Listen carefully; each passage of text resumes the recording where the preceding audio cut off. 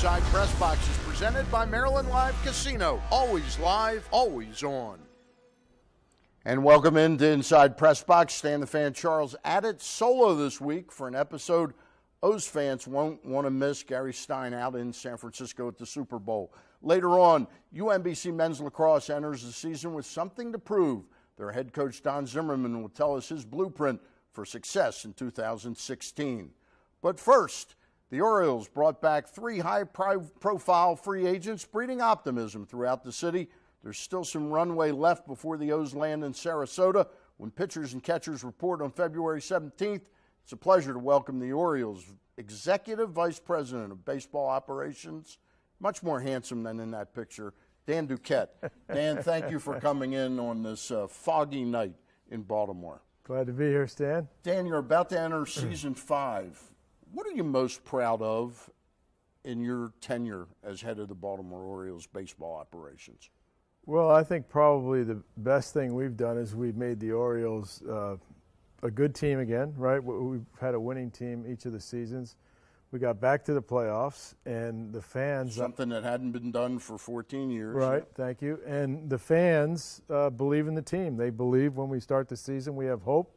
We've got good, stable leadership. We've got an excellent manager in Buck Showalter, and we got a number of players still on the team that the fans really like to come out and see play.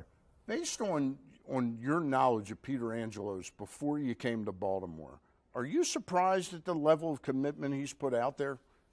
No, Peter's been great, stepping up and re-signing some of the free agents we had this year. I think has made a real statement to the team. The players on the team who have performed, they've been rewarded financially, but also the community. They should know that we're trying to get this thing over the finish line. We're trying to finish the job of bringing a championship team. Not only do we want to have a good team year in, year out, but we'd like to bring the fans a championship. Now, I know you're not field manager, but you mentioned that it means something in that clubhouse. Paying Chris Davis, going after Darren O'Day and bringing him back and Wieters, that will resonate in a clubhouse, won't it? Well, I think so.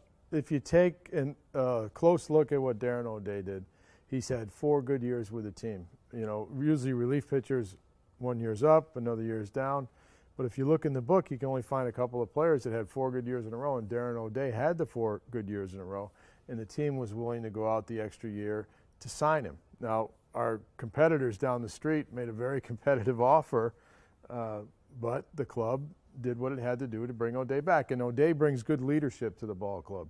He has the experience and the temperament to lend a real steady hand to the bullpen, so he's back. But the Chris Davis signing really, it's got the city really excited. Well, I mean, here's a slugger, okay? Here's a guy that can hit 50 home runs. You come out to see the team on a Sunday and you see Chris hit one of those majestic home runs. I mean, I personally love to see him. The guy can hit him out to left center field. He's hit 8 balls out on Utah Street. He's only been here 4 years. That's more than anybody the Orioles have ever had. So to be able to come out and have that kind of entertainment value and know that he's going to be with your team for the next couple of years, I think sends a good message to the community. Now, we haven't even mentioned Adam Jones yet and what a great performer he's been and how electric he can be to the fans. Or our third baseman, Manny Machado. I mean, Brooks Robinson says he's the one guy that he'll pay money. Pay to see play. He'll pay money to see play, and I can't argue with that. Let me ask you one other question about Peter. When did you get the sense that he was all in on trying to re-sign Davis? I mean, as the season ended, we all listened optimistically, but we here in Baltimore had not seen this kind of money thrown at things before. When did you get the sense that Peter was really willing to go that extra mile? Well, keep in mind, this is the largest contract that the club has ever awarded to a player or rewarded a player with by a significant margin, almost twice as much as what we paid Jones. I think we paid Jones $85 million. But this is almost twice that.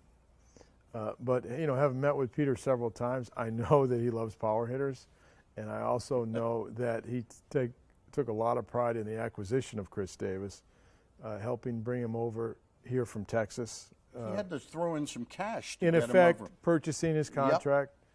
Yep. And Peter likes Chris Davis, and rightly so. I mean, Yep. He's a terrific athlete. He's got a nice family. He's got excellent values, and he's a good representative for the team. And he hits the most prodigious home runs I've ever seen. We're talking with Dan Duquette. Dan, I want to talk to you in our next segment. I want to talk a little bit about the team you've built off the field, as well as ask you about some prospects in the organization. You okay to stay over? Yes, sir. All right. More with Dan Duquette after this timeout.